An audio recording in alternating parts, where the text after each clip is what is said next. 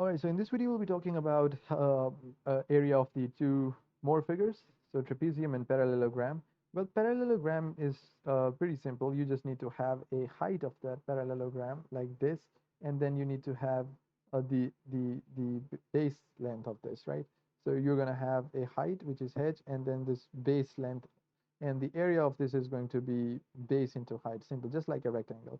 The reason that this works is that because if you, for example, really calculate the uh, the space, area of a space that is in the domain of this base and height, the product of base and height, it is going to give you an area of this rectangle, which is equivalent to the area of this parallelogram. Why? Because the area that is left out of the rectangle is also equal to the area that is included inside this rectangle. So these two are same. That is why the area of the parallelogram is also equal to the area of this rectangle we make, which has a base of the base similar to the parallelogram and a height, the vertical height of the parallelogram.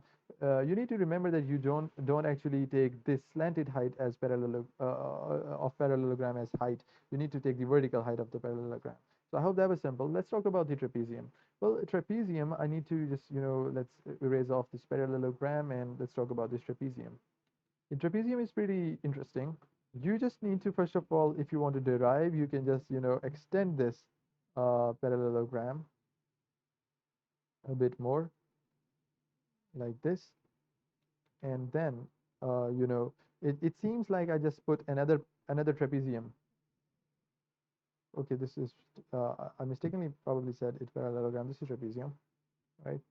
So it seems like I just um, added or put another similar trapezium on the right side of it, right?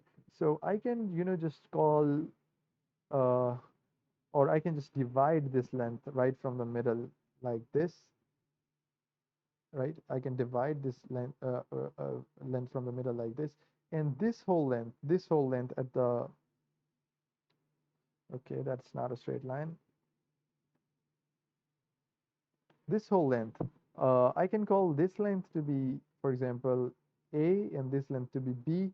And similarly, this length is going to be A, and this length is going to be B, because these are similar figures, right? So this total length is going to be A plus B, and this is the height, perhaps, and uh, AB into h. So the area of the whole figure is going to be A plus B into h, whole figure. But we're only interested in half of it. Since this, area is also equal to this area, so we can, ignore it and just have it. So we can just divide it by 2, and we will have area of one of the sides only. So we have the area, we can, just remove the other side. We can just remove the other side, right, like that. And when we divide by 2, we only have area of the one of the sides, right? So the area of this, only this side of this, the figure that is left is actually this. The area is going to be equal to that. But we are not interested in this portion, this particular portion. We are not interested in that. Let me do it in perhaps white. This region, we are not interested in that. We need to eliminate it off, but we can just take it off and put it here, and we can still have our trapezium there. So we just take it off and put it here.